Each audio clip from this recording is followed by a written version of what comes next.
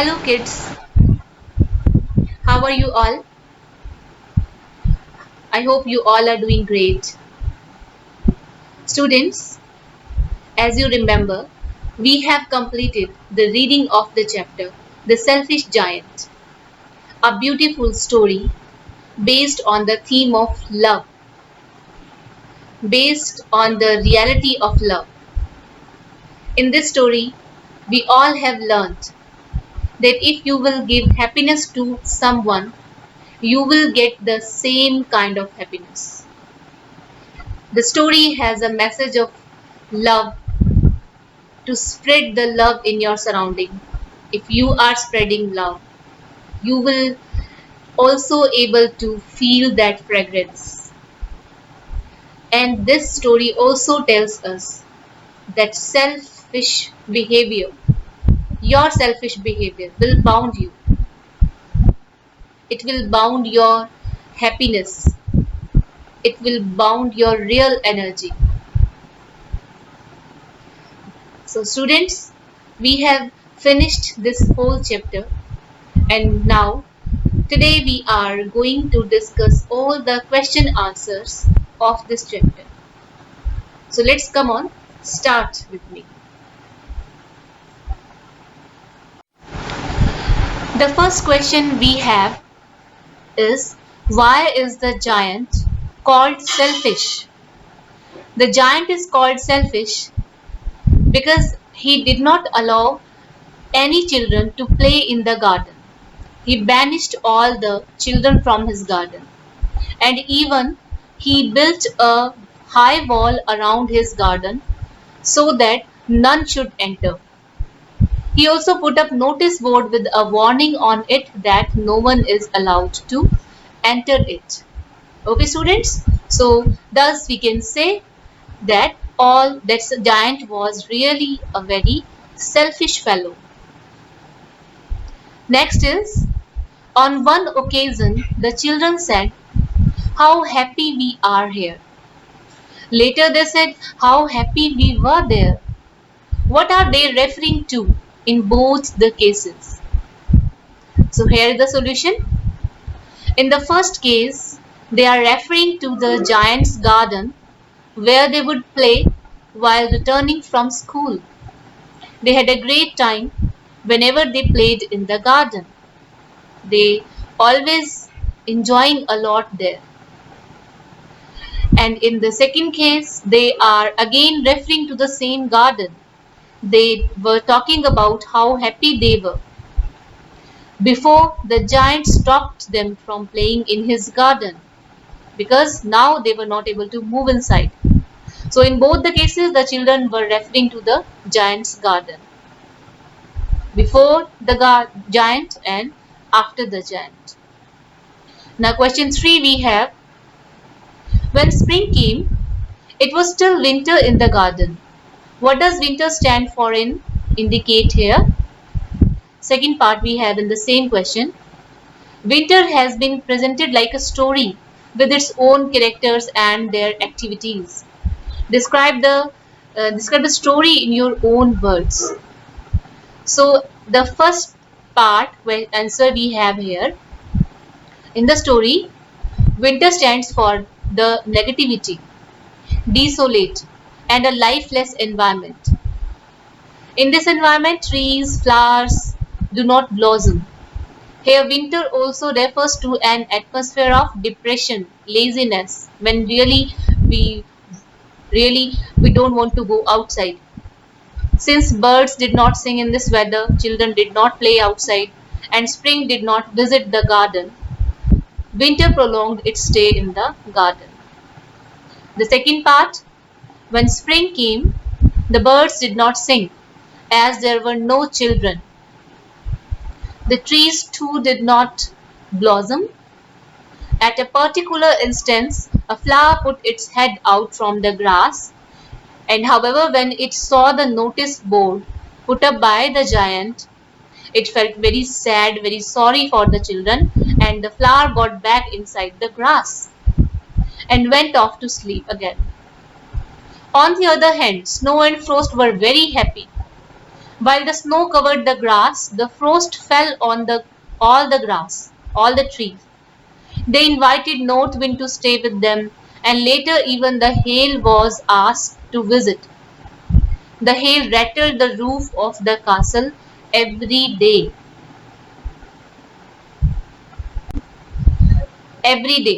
until some of it started breaking. And then it ran round the garden again and again as fast as it could. Next question we have here. Was the giant happy or sad over the state of the garden? So we can give the answer very easily here. The giant was happy? No, the giant was so sad over the state of his garden. Neither winter went nor spring came to his garden.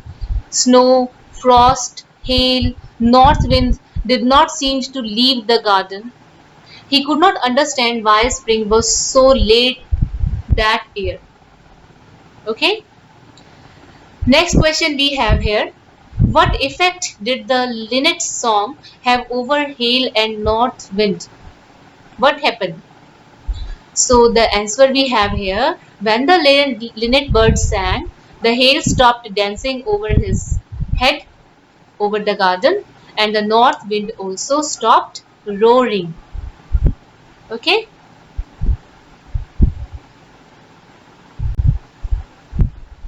On page number 24, first question we have here. The giant saw a most wonderful sight. What did he see? So the answer here we have, the giant saw that the children had entered the garden through a small hole. They crept inside the wall, through the wall, and were sitting on the branches of trees. There was a child on every tree.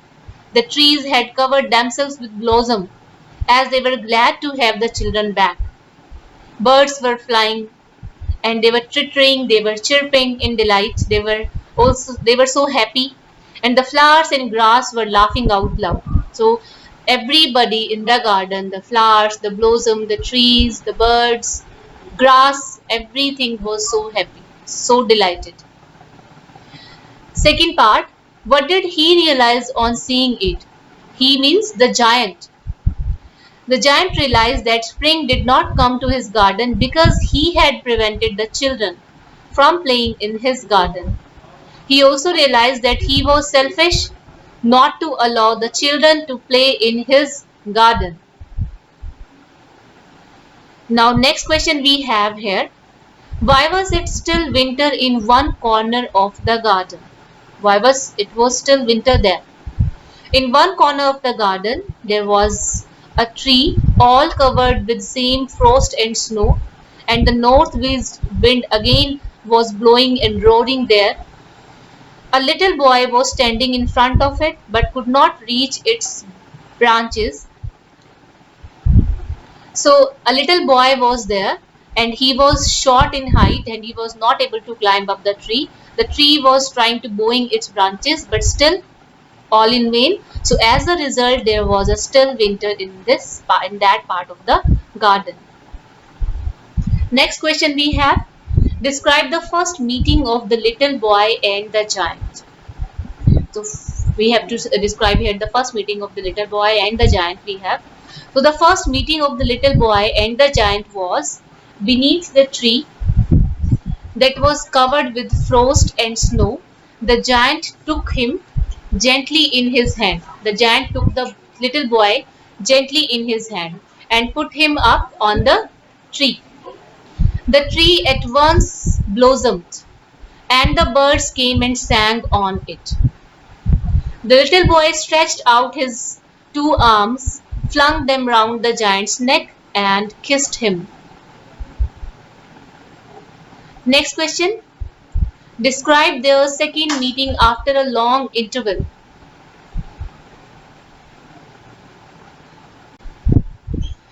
Their second meeting took place after a long interval on a winter morning.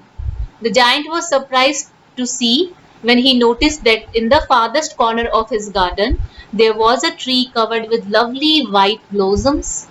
Its branches were golden and silver. Fruit hung down from the tree. So the little boy stood underneath it. The giant went towards him in a great joy. He was so happy. And as he came near the child, his face grew red with anger when he saw that there were imprints of nail on his palms and feet. He asked the boy who injured him exactly, so that the giant may take the revenge. But the child says that they are the wounds of love, and as the giant allowed him to play in his garden, so would the boy take the giant to his garden in paradise. The next question. The giant lay dead, all covered with white blossoms. What does this sentence indicate about the one selfish giant? The sentence indicates the giant lay dead, all covered with white blossoms. The giant had been blessed with paradise after his death. He straightly went to paradise. The giant is no longer selfish, no longer cruel, and that is why he is covered with white blossoms. White color is a symbol of peace. That is why his body was so fully covered with white blossoms.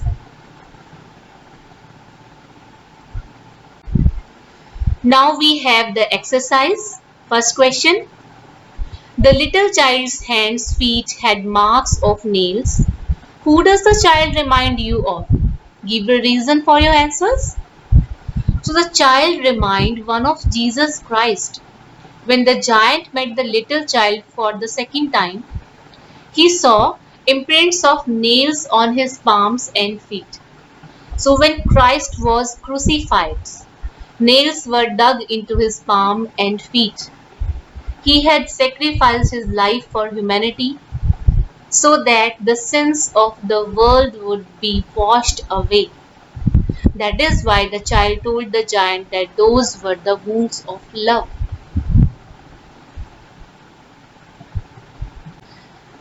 The next question we have here. Is there something like this garden near where you live? Would you like one? Like without the giant perhaps? And why? What would you do to keep it in a good shape? So it's a very basic question for us students. A park is a public place. Its park is like a lungs in human body. We really need a park always and always. Park is really necessary for small kids and for the young as well and for the old people. It gives us fresh air. The greenery is soothing to the eyes always. A private garden, however, has to be used by the people with care and caution. It really takes a lot of hard work to maintain a good garden. So students, here are full chapter 3 from the book It So Happened. Chapter number 3, The Selfish Giant is completed.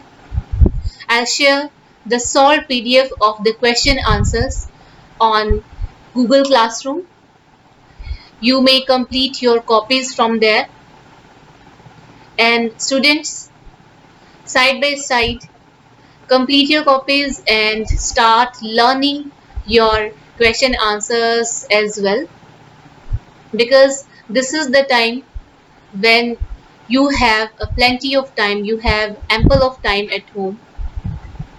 You can use this time, you can give value this time if you really want to. You can change or you can convert the leisure time you have, the whole day you have. You can change this time as a quality time, or you can just waste your time every day. So students, show your hard work, give your best, always try to give your 100% in your work, and if necessary then go out, otherwise always and always stay safe at home. Don't go outside, stay protected at home. Thank you.